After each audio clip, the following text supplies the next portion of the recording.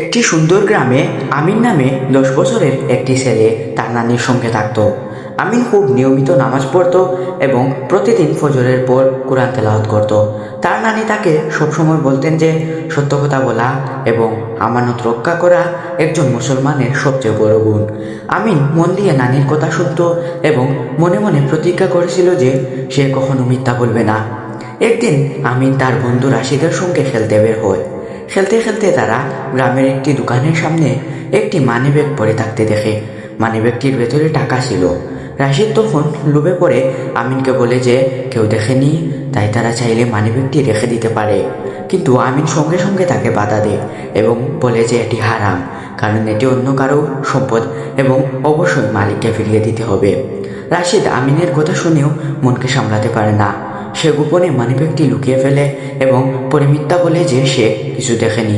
কিন্তু রাতে রাশিদের মনে শান্তি থাকে না। সে ভয়ঙ্কর স্বপ্ন দেখতে থাকে এবং অনুভব করে যে মিথ্যা বলার কারণে তার অন্ধকার হয়ে যাচ্ছে। সে বুঝতে পারে যে সে ভুল করেছে। পরদিন তারা মসজিদে যায়। সেখানে ইমাম সাহেব বয়ান দেন যে রাসূল সাল্লাল্লাহু আলাইহি ওয়াসাল্লাম বলেছেন, সত্য মানুষকে নেকির পথে নিয়ে যায় এবং জান্নাতের দিকে আহ্বান করে। এই কথা শুনে রাশিদের চোখে পানি চলে আসে।